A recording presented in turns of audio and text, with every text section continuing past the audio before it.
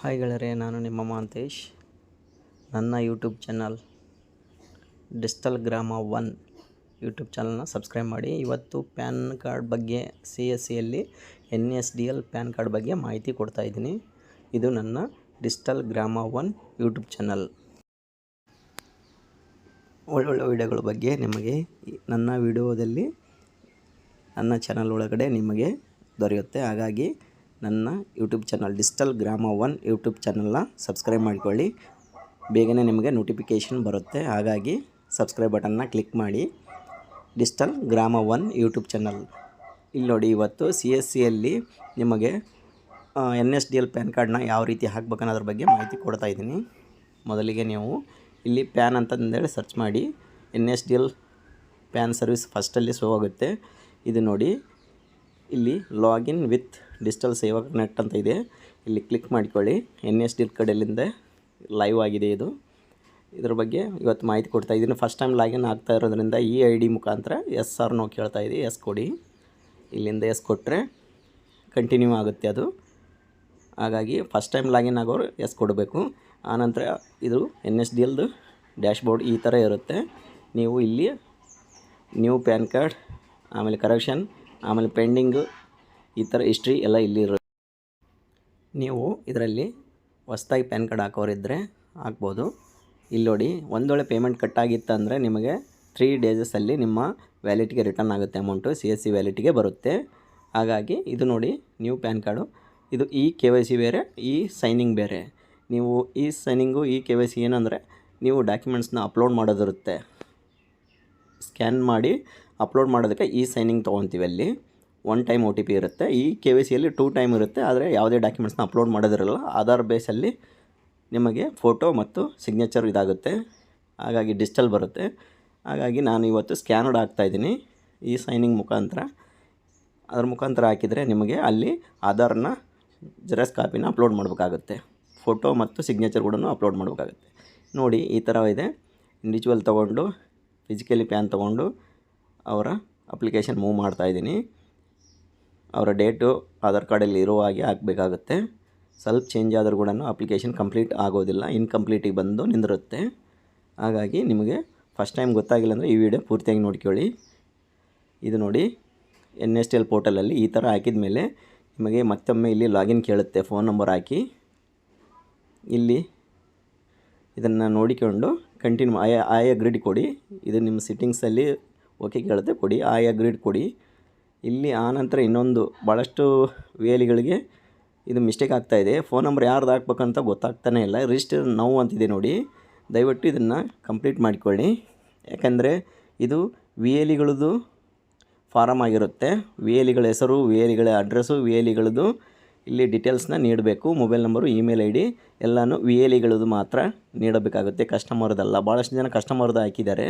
ಹಾಗಾಗಿ ಸಮಸ್ಯೆ ಆಗುತ್ತೆ. ಇದು ನೋಡಿ, CSC ಮುಖಾಂತರ ID ನೀಡ್ತಾ ಇದ್ದಾರೆ ಇದು NSDL ಕಡೆಯಿಂದ. ಹಾಗಾಗಿ ಇಲ್ಲಿ ನಿಮ್ಮ ಮೊಬೈಲ್ ನಂಬರ್, ನಿಮ್ಮ ಇಮೇಲ್ ID, ನಿಮ್ಮ ಡೀಟೇಲ್ಸ್ನ ಮಾತ್ರ ಇಲ್ಲಿ ನೀಡಬೇಕು. ಆನಂತರ ಸಬ್ಮಿಟ್ ಮಾಡಿ.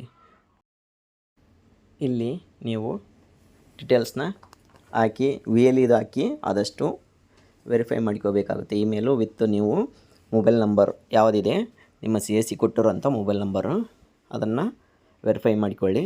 ವೆರಿಫೈ ಆದಮೇಲೆ ನಿಮಗೆ ಇದು ಸಬ್ಮಿಟ್ ಆಗಿ ಅಲ್ಲಿ ಮೊಬೈಲ್ ನಂಬರ್ ಹಾಕಿದ ತಕ್ಷಣ ನಿಮಗೆ OTP ಬರುತ್ತೆ. ಇಲ್ಲಿ ಕ್ಲಿಯರಾಗಿ ನಿಮ್ಮ mobile number, VLE mobile number, VLE email ID, VLEದು ಅಡ್ರೆಸ್, ಇವುಗಳನ್ನೆಲ್ಲ ನೀವು ಕಂಪ್ಲೀಟಾಗಿ ಹಾಕಬೇಕು. ನೋಡಿ, ಮೊಬೈಲ್ ನಂಬರು ಮತ್ತು ಇಮೇಲ್ ID ಎರಡೂ ನಾನು ವೆರಿಫೈ ಮಾಡಿದ್ದೀನಿ. ಕಂಪ್ಲೀಟ್ ಆಗಿದೆ ಇದು VLEದು. ಹಾಗಾಗಿ ಸಬ್ಮಿಟ್ ಆದಮೇಲೆ ಈ ಥರ ನಿಮಗೊಂದು ID ಜನ್ರೇಟ್ ಆಗುತ್ತೆ NSDL ಕಡೆಯಿಂದ. ಅದು ID ನಿಮಗೆ ರನ್ನಿಂಗ್ ಇರುತ್ತೆ. ಇಲ್ಲಿಂದ ಓಕೆ ಕೊಟ್ಟು ಕಂಟಿನ್ಯೂ ಮಾಡಿ. ಆನಂತರ ನಾನು ಈಗ ಮೊಬೈಲ್ ನಂಬರ್ ಹಾಕಿ ಕಂಟಿನ್ಯೂ ಬಂದಿದ್ದೀನಿ. ಇದು ನೋಡಿ, ಇದು ಜನ್ರೇಟ್ ಆಗಿರೋಂಥದ್ದು. ಇಲ್ಲಿ ನಿಮ್ಮ ID, ನಿಮ್ಮ NSDL ID ಮತ್ತು CSC ID ಎಲ್ಲನೂ ಶೋ ಆಗ್ತಾಯಿದೆ. ಮೊದಲಿಗೆ ನೀವು ಅಲ್ಲಿ ಏನು ಟೈಪ್ ಮಾಡಿದ್ರಲ್ಲ, ಈಗ ಮತ್ತೊಮ್ಮೆ ಇಲ್ಲಿ ಟೈಪ್ ಮಾಡಬೇಕಾಗುತ್ತೆ. ಅಲ್ಲಿ ನೀವು ಫಿಸಿಕಲಿ ಪ್ಯಾನ್ ತೊಗೊಂಡಿದ್ರೆ, ಇಂಡಿವಿಜುವಲ್ ತೊಗೊಂಡಿದ್ರೆ ಇಲ್ಲಿ ಆಧಾರ್ ಕಾರ್ಡ್ ಕೇಳ್ತಾ ಇದೆ. ಆಧಾರ್ ಕಾರ್ಡು ಅವರ ಆಧಾರಲ್ಲಿರುವಂಥ ನೇಮ್ ಹೇಗಿದೆ ಅದೇ ರೀತಿಯೂ ನೀವು ಇಲ್ಲಿ ಟೈಪ್ ಮಾಡಬೇಕು. ಸ್ವಲ್ಪ ಚೇಂಜ್ ಮಾಡೋ ಹಾಗಿಲ್ಲ. ಹೀಗೆ ಹೇಳ್ತಾ ಇದ್ದೀನಿ. ಇದರಲ್ಲಿ ಬಂದು ಆಧಾರ್ ಕಾರ್ಡಲ್ಲಿ ಹೆಂಗಿರುತ್ತೆ ಹಂಗೆ ಹಾಕಿ. ಆ್ಯಸ್ ಪರ್ ಆಧಾರ್ ಅಂತಿದ್ದಲ್ಲಿ ಅದು ಕಾರ್ಡು ಪ್ಯಾನ್ ಕಾರ್ಡಲ್ಲಿ ಯಾವ ರೀತಿ ಆಗುತ್ತೆ ಅಂದರೆ ಆಧಾರಲ್ಲಿರುವ ಹಾಗೆ ಅದು ಪ್ರಿಂಟ್ ಆಗುತ್ತೆ. ಹಾಗಾಗಿ ಮೇಲು ಫೀಮೇಲು ಇವುಗಳು ನೋಡ್ಕೊಳ್ಳಿ, ಎಲ್ಲನೂ ಶೋ ಆಗ್ತಾಯಿದೆ. ಇಲ್ಲಿ ಸಬ್ಮಿಟ್ ಬಟನ್ ಇಲ್ಲಿದೆ ನೋಡಿ. ನೀವು ಇದನ್ನು ಟೈಪ್ ಮಾಡ್ತೀನಿ, ಒಂದು ಸೆಕೆಂಡ್. ಈಗ ನಾನೆಲ್ಲ ಟೈಪ್ ಮಾಡಿದ್ದೀನಿ, ಮೂವ್ ಮಾಡ್ಕೊಂಡು ಸಬ್ಮಿಟ್ ಮಾಡಿ ಇಲ್ಲಿ ಬಂದಿದ್ದೀನಿ. ಈಗ ನೆಕ್ಸ್ಟು ನಿಮಗೆ ಅಪ್ಲಿಕೇಶನ್ ಡೀಟೇಲ್ಸ್ ಇದೆ, ಪರ್ಮನೆಂಟ್ ಡೀಟೇಲ್ಸ್ ಇದೆ, ಅದರ್ ಡೀಟೇಲ್ಸ್, AO ಕೋಡ್ ಇದೆ, ಡಾಕ್ಯುಮೆಂಟ್ಸ್ ಇದೆ. ಇಲ್ಲಿಂದ ಕಂಟಿನ್ಯೂ ಮಾಡಿ. ಈಗ ನೋಡಿ, ಇಲ್ಲಿಂದ ಕಂಟಿನ್ಯೂ ಮಾಡ್ಕೊಂಡು ನಾನು ಬರ್ತಾಯಿದ್ದೀನಿ, ನೆಕ್ಸ್ಟ್ ಕೊಡ್ತಾಯಿದ್ದೀನಿ. ಈಗ ನೀವು ಯಾವುದೇ ಕಾರಣಕ್ಕೂ ಇಲ್ಲಿ ಮಿಸ್ಟೇಕ್ ಮಾಡಬೇಡಿ, ಆದಷ್ಟು ನೋಡಿ ಮಾಡಿ.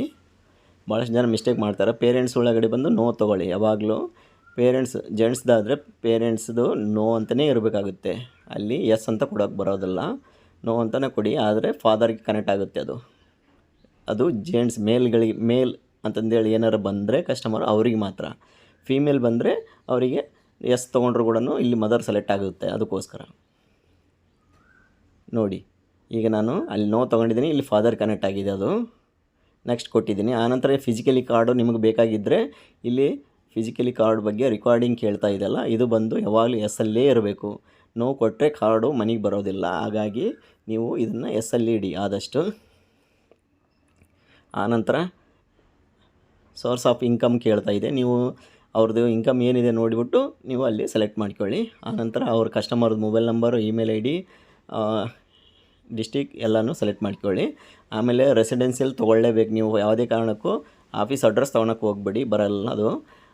ಹಾಗಾಗಿ ನೀವು ಹೇಳ್ಬೇಕಂದ್ರೆ ರೆಸಿಡೆನ್ಸಲ್ಲೇ ತೊಗೋಬೇಕಾಗುತ್ತೆ. ಆಫೀಸ್ ಅಡ್ರೆಸ್ ಯಾವುದೇ ಕಾರಣಕ್ಕೂ ತೊಗೊಳಕ್ಕೆ ಹೋಗಬೇಡಿ, ಟೈಪ್ ಮಾಡೋಕ್ಕೆ ಹೋಗಬೇಡಿ, ಅದು ಬರಲ್ಲ. ಆನಂತರ ರೆಫರೆನ್ಸಿಟಿವ್ ಅಡ್ರೆಸ್ ಬಂದು ನೋ ಅಂತಲೇ ಮಾಡಿ ಆದಷ್ಟು. ಎಸ್ ಇಲ್ಲಿ ತೊಗೊಂಡ್ರೆ ಮತ್ತೆಲ್ಲನೂ ಟೈಪ್ ಮಾಡೋಕ್ಕಾಗುತ್ತೆ, ಇದು ಮಕ್ಕಳಿಗೆ ಬರುತ್ತೆ. ಇಲ್ಲಿ ನೋ ಅಂತ ತೊಗೊಂಡ್ರೆ ನಿಮಗೆ ಇದು ಕಂಟಿನ್ಯೂ ಆಗುತ್ತೆ. ಹಾಗಾಗಿ ನಾನು ನೋ ತೊಗೊತಾ ಇದ್ದೀನಿ. ಇಲ್ಲಿಂದ ನೆಕ್ಸ್ಟ್ ಕೊಡಿ. ನೆಕ್ಸ್ಟ್ ಕೊಟ್ಟರೆ ನಿಮಗೆ ಅದು ಮೂವ್ ಆಗಿ AO ಕೋಡಿಗೆ ಬರುತ್ತೆ. AO ಕೋಡ್ ಬಂದು ನೀವು ಅಲ್ಲಿ ಪಿನ್ ಕೋಡ್ ಏನು ಹಾಕ್ತಿರಲ್ಲ, ನಿಮ್ಮ ಏರಿಯಾ ಪಿನ್ ಕೋಡ್ ಹಾಕಿದ ಮೇಲೆ ಅದು ತನ್ನಷ್ಟು ತಾನೇ ಜನ್ರೇಟ್ ಆಗಿ AO ಕೋಡ್ ಬರುತ್ತೆ. ಒಂದು ವೇಳೆ ಗೊತ್ತಾಗಿಲ್ಲ ಅಂದರೆ ಇಲ್ಲಿದೆ ನೋಡಿ, ಕ್ಲಿಕ್ ಹಿಯರ್ ಅಂತ ಇದೆ ನೋಡಿ, ಇದು ಕ್ಲಿಕ್ ಮಾಡಿ ನೀವು ನಿಮ್ಮ ಡಿಸ್ಟಿಕ್ಕು, ನಿಮ್ಮ ಈ AO ಕೋಡ್ನ ಕ್ಲಿಕ್ ಮಾಡಿದರೆ ನಿಮಗೆ ಡೀಟೇಲ್ಸ್ ಬರುತ್ತೆ. ಹಾಗಾಗಿ ನೀವು ಅದನ್ನ ಕಂಟಿನ್ಯೂ ಮಾಡ್ಕೊಂಡು ಹೋಗ್ಬೋದು. ಆನಂತರ ನೆಕ್ಸ್ಟ್ ಹೊಡೆದ್ರೆ ನಿಮಗೆ ಡಾಕ್ಯುಮೆಂಟ್ ಡೀಟೇಲ್ಸ್ ಕೇಳ್ತಾ ಇದೆ. ಅದು ಆಧಾರ್ 3 ಆಧಾರ್ ತೊಗೊಳ್ಳಿ. ಆಧಾರ್ ತೊಗೊಂಡ ತಕ್ಷಣ ನೀವು ಇಲ್ಲಿ ಫೋಟೋ ಮತ್ತು ಸಿಗ್ನೇಚರ್ ಆಧಾರ್ ಕಾರ್ಡ್ ಅಪ್ಲೋಡ್ ಮಾಡೋದಿರುತ್ತೆ. ಹಾಗಾಗಿ ಇವು 3 ನೀವು ಸ್ಕ್ಯಾನ್ ಮಾಡಿ ಇಟ್ಕೋಬೇಕಾಗುತ್ತೆ. ಫಸ್ಟಿಗೆ ಎಲ್ಲನೂ ಫೋಟೋ ಬಂದು ಕಲರಲ್ಲಿ 200 DPI ಇರಲಿ, ಸಿಗ್ನೇಚರ್ ಬಂದು 200 DPIಯಲ್ಲೇ ಇರಲಿ. ಕಲರ್ ಇದ್ದರೂ ನಡೀತೆ, ಬ್ಲ್ಯಾಕ್ ಆ್ಯಂಡ್ ವೈಟ್ ಇದ್ದರೂ ನಡೀತೆ. ನಾನು ಕಲರಲ್ಲಿ ಹಾಕ್ತಾ ಇದ್ದೀನಿ, ಹಾಗಾಗಿ ಕಲರಲ್ಲಿ ಬರುತ್ತೆ. ಫೋಟೋ ಆ್ಯಂಡ್ ಸಿಗ್ನೇಚರು ಇದು ಬಂದು 300 KB ಒಳಗಡೆ ಇಡ್ತೀನಿ. ವಿಡಿಯೋ ಬಂದು ಸ್ವಲ್ಪ ಲೆಂತ್ ಆಗುತ್ತೆ, ಯಾಕಂದರೆ ಮಾಹಿತಿ ಪೂರ್ತಿ ಸೆಲೆಕ್ಟ್ ಮಾಡೋದು ಗೊತ್ತಾಗ್ತಾ ಇಲ್ಲ ಅಂತಂದರೆ ಎಷ್ಟೋ ಸಬ್ಸ್ಕ್ರೈಬರು ಹೇಳ್ತಾಯಿದ್ರು. ಹಾಗಾಗಿ ತೋರಿಸ್ತಾ ಇದ್ದೀನಿ ಸ್ಕ್ಯಾನ್ದು ಯಾವ ರೀತಿ ಸೆಲೆಕ್ಟ್ ಮಾಡಬೇಕು DPI ಅನ್ನೋದನ್ನು. ಇದು ನೋಡಿ, ಅವ್ರ ಕಾಪಿನ ಸ್ಕ್ಯಾನ್ ಮಾಡ್ತಾಯಿದ್ದೀನಿ. ಇಲ್ಲಿ ಕಲರ್ ಬೇಕಂದರೆ ಕಲರ್ ಇದೆ, 200 ತೊಗೊಂಡಿದ್ದೀನಿ ನೋಡಿ, DPI ಅಂತಿದೆ. ಆನಂತರ ಇಲ್ಲಿ ಕಲರ್ ಬೇಕಂದ್ರೆ ಕಲರು, ಬ್ಲ್ಯಾಕ್ ಆ್ಯಂಡ್ ವೈಟ್ ಬೇಕಂದ್ರೆ ಬ್ಲ್ಯಾಕ್ ಆ್ಯಂಡ್ ವೈಟ್. ನಾನು ಕಲರೇ ಇಡ್ತಾಯಿದ್ದೀನಿ, ಹಿಂಗೆ ಬರುತ್ತೆ. ಕಲರ್ ಇದ್ದರೆ ಕಲರ್, ಇಲ್ಲಿ ನೋಡಿ ಕಲರ್ ಇದೆ, ಕಲರ್ ತೊಗೋಬೋದು. ಈಗ ಹೋಗಿ ಕಲರ್ ತೊಗೊತೀನಿ, ಸ್ಕ್ಯಾನ್ ಮಾಡ್ಕೊತಿದ್ದೀನಿ. ಇಷ್ಟೇ, ಕಲರನ್ನು ತೊಗೊಂಡು ನಿಮ್ಮ ಸ್ಕ್ಯಾನರ್ ಒಳಗಡೆ ಇದ್ದೇ ಇರುತ್ತೆ ಯಾವಾಗಲೂ. ಸ್ಕ್ಯಾನ್ ಮಾಡಿಕೊಂಡು ಇವುಗಳನ್ನ ಒಂದು ಫೋಟೋಲ್ಲಿ ಇಟ್ಕೊಂಡು ಅಲ್ಲಿ ಅಪ್ಲೋಡ್ ಮಾಡ್ಬೋದು. ಈ ರೀತಿಯಾಗಿ ನಿಮಗೆ ತೋರಿಸ್ತಾ ಇದ್ದೀನಿ ನಾನು. ಹಾಗಾಗಿ ವಿಡಿಯೋ ಸ್ವಲ್ಪ ಲೆಂತ್ ಆಗುತ್ತೆ.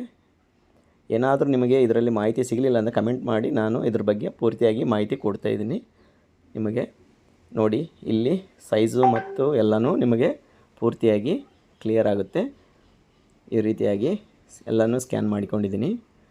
ಈಗ ನಿಮಗೆ ಸೆಟ್ಟಿಂಗ್ ಗೊತ್ತಾಗಿಲ್ಲ ಅಂದರೆ ನಿಮ್ಮ ಇದರಲ್ಲಿ ಸೆಟ್ಟಿಂಗ್ಸ್ನಲ್ಲಿ ಹೋಗಿ 300 DPI, 200 DPI, colour, A4 size ಎಲ್ಲನೂ ಇರುತ್ತೆ. ಸೆಲೆಕ್ಟ್ ಮಾಡಿಕೊಂಡು ನೀವು ಸ್ಕ್ಯಾನ್ ಮಾಡಬೇಕಾಗುತ್ತೆ. ಇದು ಫೋಟೋ ಬಂದು 200 DPI ಕಲರ್ ಒಳಗಡೆ ಇಡ್ತಾಯಿದ್ದೀನಿ. ಈ ಥರವಾಗಿ ಇಲ್ಲಿಂದ ಅಪ್ಲೋಡ್ ಮಾಡಿದ ಮೇಲೆ ಇಲ್ಲಿ ನಿಮಗೆ ನೋಡಿ, ಇದು ಶೋ ಆಗ್ತಾಯಿಲ್ಲ. ನೀವು ಬೇಕಾದ್ರೆ ಕ್ಲಿಯರ್ ಅಂತ ಇದೆ ನೋಡಿ, ಇದು ಕ್ಲಿಕ್ ಮಾಡಿದರೆ ಕ್ಲಿಯರ್ ಆಗುತ್ತೆ. ಮತ್ತೆ ಒಳ್ಳೆ ಚಾಯ್ಸ್ ಫೈಲ್ ಮಾಡಿ ಅಲ್ಲಿ ಹೋಗಿ ನೀವು ಸಿಗ್ನೇಚರ್ನ ಮತ್ತೊಮ್ಮೆ ಅಪ್ಲೋಡ್ ಮಾಡ್ಬೋದು. ಈ ರೀತಿಯಾಗಿ ನಿಮಗೆ ಒಮ್ಮೆ ತೋರಿಸ್ಕೊಡ್ತಾ ಇದ್ದೀನಿ ಇಲ್ಲಿ ಅಪ್ಲೋಡ್ ಮಾಡೋದು ಹೇಗೆ ಅಂತ. ಯಾಕಂದರೆ ನಮಗೆ ಶೋ ಆಗಿಲ್ಲ ಅಂದರೆ ಏನು ಮಾಡ್ಬೇಕಂತ ತೋರಿಸ್ಕೊಡ್ತೀನಿ. ಇಲ್ಲಿ ನೋಡಿ ಅಪ್ಲೋಡ್ ಅಂತಿದೆ, ಚಾಯ್ಸ್ ಮಾಡಿದ್ದೀನಿ. ಈಗ ಅಪ್ಲೋಡ್ ಮಾಡ್ತಾಯಿದ್ದೀನಿ. ನಿಮಗೆ ಅಪ್ಲೋಡ್ ಮಾಡಿದ ಮೇಲೆ ಈ ಥರವಾಗಿ ಶೋ ಆಗುತ್ತೆ ಪಿಕ್ಚರು. ಆನಂತರ ಕಂಟಿನ್ಯೂ ಮಾಡಿ. ಆನಂತರ ಇಲ್ಲಿ ನೋಡಿ ಆಧಾರ್ನ ಅಪ್ಲೋಡ್ ಮಾಡೋಕ್ಕೆ ಕೇಳ್ತಾ ಇದೆ. 300 DPI ಇಲ್ಲಿರಬೇಕು. ಅದನ್ನ ಅಪ್ಲೋಡ್ ಮಾಡಿದ್ದೀನಿ, ಸಕ್ಸಸ್ ಅಂತ. ಇಲ್ಲಿಂದ ನೀವು ಕ್ಲಿಯರಾಗಿ ಮತ್ತೊಮ್ಮೆ ಎಲ್ಲನೂ ಡೀಟೇಲ್ಸು ನೀವು ಟೈಪ್ ಮಾಡಿರೋದು ನೋಡ್ಕೊಳ್ಳಿ. ಆದಷ್ಟು ಇಲ್ಲಿ ಕ್ಲಿಯರಾಗಿರಬೇಕಾಗುತ್ತೆ. ಮಿಸ್ಟೇಕ್ ಇದ್ದರೆ ಎಡಿಟ್ ಮಾಡೋದಕ್ಕೆ ಚಾನ್ಸ್ ಇರುತ್ತೆ. ಒಂದು ವೇಳೆ ಏನಾದರೂ ಅಲ್ಲಿ ಸಬ್ಮಿಟ್ ಕ್ಲಿಯರಾಗಿ ಕೊಟ್ಬಿಟ್ರೆ ನಿಮಗೆ ಒಳ್ಳೆ ಎಡಿಟ್ ಮಾಡೋದಕ್ಕೆ ಚಾನ್ಸ್ ಇರೋಲ್ಲ. ಹಾಗಾಗಿ ಇದನ್ನು ಒಂದು ಸಲ ಪೂರ್ತಿಯಾಗಿ ನೋಡ್ಕೋಬೋದು.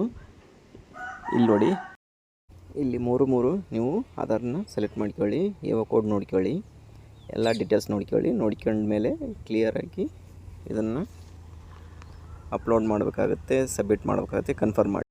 ಒನ್ ಟೈಮ್ ಕನ್ಫರ್ಮ್ ಮಾಡಿದರೆ ನಿಮಗೆ ಒಳ್ಳೆ ಎಡಿಟ್ ಮಾಡೋಕ್ಕೆ ಚಾನ್ಸ್ ಇರೋಲ್ಲ. ಅದಕ್ಕೋಸ್ಕರ ನೀವು ಕ್ಲಿಯರಾಗಿ ಇಲ್ಲಿ ಏನು ಮಾಡಬೇಕಪ್ಪ ಅಂದರೆ ನೀವು ನೋಡ್ಕೊಂಡು ಕನ್ಫರ್ಮ್ ಮಾಡಬೇಕಾಗುತ್ತೆ. ನೋಡಿ ಕನ್ಫರ್ಮ್ ಮಾಡಿದ್ದೀನಿ. ನಿಮ್ಮ CSID NSTL ID ಎಲ್ಲನೂ ಬಂದಿದೆ. ಇಲ್ಲಿ ನೋಡಿ OTP ಬೇಸ್ ಅಂತಿದೆ, ಒಂದು ಬಯೋಮೆಟ್ರಿಕ್ ಬೇಸ್ ಇದೆ. ಒಂದು ವೇಳೆ OTP ಇಲ್ಲ ಕಸ್ಟಮರ್ದಂದರೆ ಬಯೋಮೆಟ್ರಿಕ್ಕು ಮಾಡ್ಬೋದು. ಇಲ್ಲಿ ನೋಡಿ ಒಂದಿಷ್ಟು ಜನಕ್ಕೆ ಇದು ಅಪ್ಲಿಕೇಶನ್ ಫಾರ್ಮ ಬರಲಿಲ್ಲ ಅಂತಿದ್ದಾರೆ. ಇದು ನೋಡಿ ಅಪ್ಲಿಕೇಶನ್ ಫಾರ್ಮ್ ತಳಗಡೆ ಕೊಟ್ಟಿದ್ದಾರೆ, ಅದನ್ನು ನೀವು ಡೌನ್ಲೋಡ್ ಮಾಡ್ಕೋಬೋದು. ಇದನ್ನು ಅಪ್ಲೋಡ್ ಮಾಡೋ ಅವಶ್ಯಕತೆ ಏನು ಇರೋದಿಲ್ಲ. ಇಲ್ಲಿ ನೋಡಿ OTP ಬೇಸ್ ತೊಗೊಂಡಿದ್ದೀನಿ ನಾನು, ಈ ಸೈನಿಂಗ್ OTP ಬೇಸ್ ಇದು. ಇಲ್ಲಿ ಕಸ್ಟಮರ್ ಆಧಾರ್ ಕಾರ್ಡ್ ನಂಬರ್ ಹಾಕಿ ಅವ್ರಿಗೆ OTP ಕಳಿಸ್ತಾ ಇದ್ದೀನಿ. ಕಸ್ಟಮರ್ದು ಇದೆ, ಹಾಗಾಗಿ OTP ಕಳ್ಸಕತ್ತೀನಿ. OTP ಹೋಗಿದೆ. ಈಗ ವೆರಿಫೈ ಮಾಡ್ತಾಯಿದ್ದೀನಿ. ಯಾವುದೇ ಕಾರಣಕ್ಕೂ ಬ್ಯಾಕ್ ಹೊಡಿಬೇಡಿ, ಬ್ಯಾಕ್ ಹೊಡೆದ್ರೆ ಹೋಗ್ಬಿಡುತ್ತೆ. ಹಾಗಾಗಿ ನೋಡಿ ಅಮೌಂಟು 107 ರೂಪೀಸ್ ಇದೆ. ಆದರೆ ಇದು CSC ವ್ಯಾಲೆಟಲ್ಲಿ ಎಷ್ಟು ಕಟ್ಟಾಗುತ್ತೆ ಅಂದರೆ ನಿಮಗೆ ತೋರಿಸ್ತೀನಿ, ಮತ್ತೊಮ್ಮೆ ನೋಡ್ಕೊಳ್ಳಿ. ಆದರೆ ವ್ಯಾಲೆಟಲ್ಲಿ ಅಮೌಂಟ್ ನೋಡ್ಕೋಬೇಕಾಗುತ್ತೆ. ಫಸ್ಟಿಗೆ ಪೇ ನೌ ಮೇಲೆ ಕ್ಲಿಕ್ ಮಾಡಿ. ನನ್ನಲ್ಲಿ ಅಮೌಂಟ್ ಕಮ್ಮಿ ಇದೆ, ಹಾಗಾಗಿ ಯಾಕಂದರೆ ಹೊಸ ID ಆಗಿರೋದ್ರಿಂದ ನಾನು ಅಮೌಂಟ್ ಇಟ್ಟಿಲ್ಲ. ಈಗ ಅಮೌಂಟ್ ವ್ಯಾಲೆಟಿಗೆ ಹಾಕ್ಕೊಂಡು ನಿಮಗೆ ಒಳ್ಳೆ ಪೇಮೆಂಟ್ ಎಷ್ಟು ಕಟ್ಟಾಗುತ್ತೆ ಅನ್ನೋದು ತೋರಿಸ್ಕೊಡ್ತೀನಿ.